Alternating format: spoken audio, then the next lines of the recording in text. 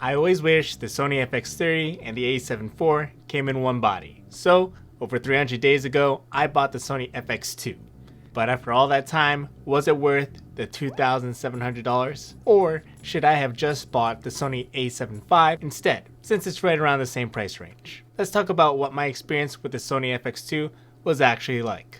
If you wanted sharp image quality, the Sony FX2 provides that same 7K oversampled 4K full frame sensor. And just like all the other Sony cameras, we have all the codecs that we need. But the XAVC HS at 4K with 10-bit 422 is plenty for everything that I shoot. One thing I immediately dislike though is that at 4K 60 frames per second, the camera crops to Super 35, which means you lose the full frame look the moment you go above 30 frames per second. If shooting slow motion at 120 frames per second is important to you, just know that 4K 120 isn't an option here. It's only available in 1080p. On the bright side, the Super 35mm mode is a great punch-in tool that doesn't sacrifice on quality. The Sony FX30, which I'm shooting this on, can't do that feature at all since it's already APS-C mode. The FX3 allows Super 35mm crop in 1080p, but not in 4K. Personally, I love this feature in church.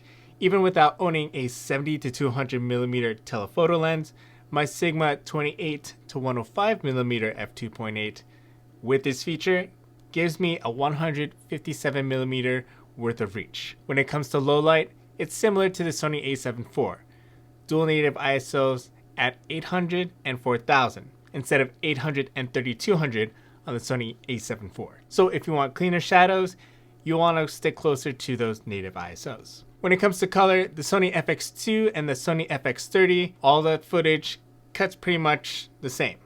It looks the same. The general community says that the FX2 also matches with the FX3 and the FX6, though I personally haven't tested that. Here are some other things you should know though about the sensor. If you shoot a lot of action and incorporate quick pans, you're gonna get that jelly-like distortion on your vertical lines, called rolling shutter. You can avoid this or diminish that effect by shooting in Super 35mm mode, where it's not as bad. But I don't need to because I mostly just shoot static shots and slow pans. Compared to the other cameras released around the same time as the Sony FX2, the FX2 doesn't have open gate, which pretty much shoots in a square, enabling you to shoot both horizontal and vertical, at least when you take that square and crop it that way. If you really want a camera meant for video, the ergonomics of the FX2 is where it earns its place between the FX30 and the FX3. What makes it different between these two cameras is things like the physical switch for the photo and video right under your thumb. Plus, there's no menu diving when it comes to switching modes, and there's no accidental bumps like having a mode dial like an A7 style body. On the side, you'll have this tilting EVF or electronic viewfinder that's excellent for bright daylight. And on the bottom, you'll notice that there's a dual 1/4 inch thread, which is great for quick release plates, which allow you to secure the plate to the body even better. Around the body, you'll also find that there are different mounting points. I've opted for using Falcam's cage.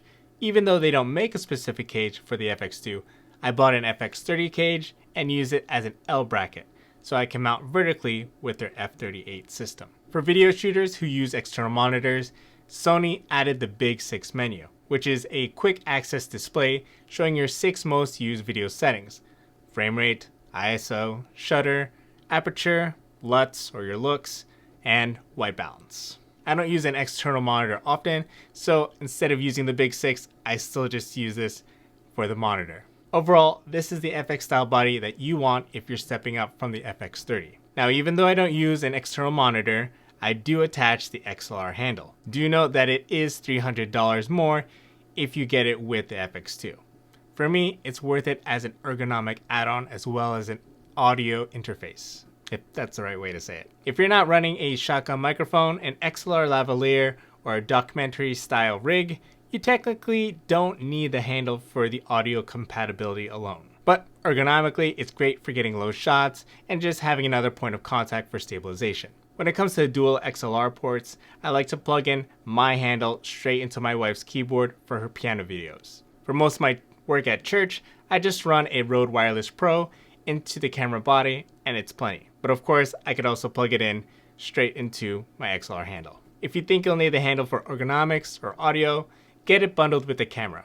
Otherwise, you'll probably have to pay more when you buy a third party. If you're someone who does both photo and video, the FX2 doesn't slack. The main reason I bought the FX2 was for the mechanical shutter. I take photos in church almost every week, and the FX30's electronic shutter creates those horizontal bands across your photos under fluorescent and LED lighting. If the Sony FX30 had a mechanical shutter to begin with, I probably wouldn't be looking at the FX2 at all.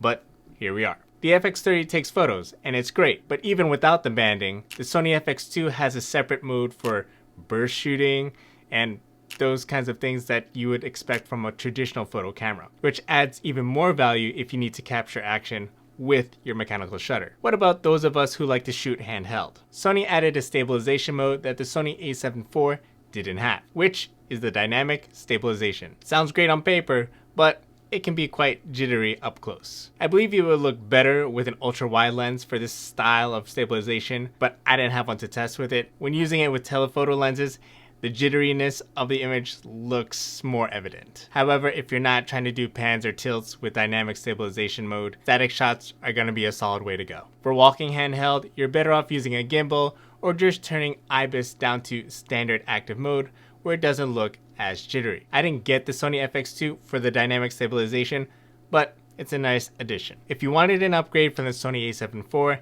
this camera comes with AI autofocus for different subjects, just like the other Sony lineup. I do a lot of talking heads at church, and the AI subject recognition always snaps back onto faces and bodies when subjects move in and out of frame, or even turn around. But there's also animal, bird, and vehicle autofocus.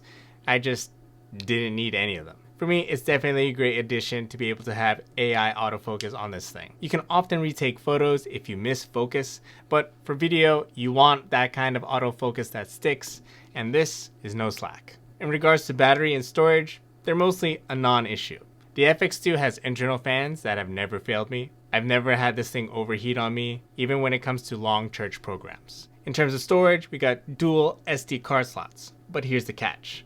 Only one of the slots takes CF Express Type A. The other is SD card only, which is kind of a downgrade from the FX30, which has both slots CF Express compatibility. I shoot SD cards anyway just because XAVC HS 4K keeps file sizes manageable, and the dual slots still give me real-time backup for paid work, whether photo, video, church, anything. Before you buy this camera though, you just need to know that the FX2 is currently around $2,698 US on B&H, and the MSRP on Amazon is $2,999 US. Weird.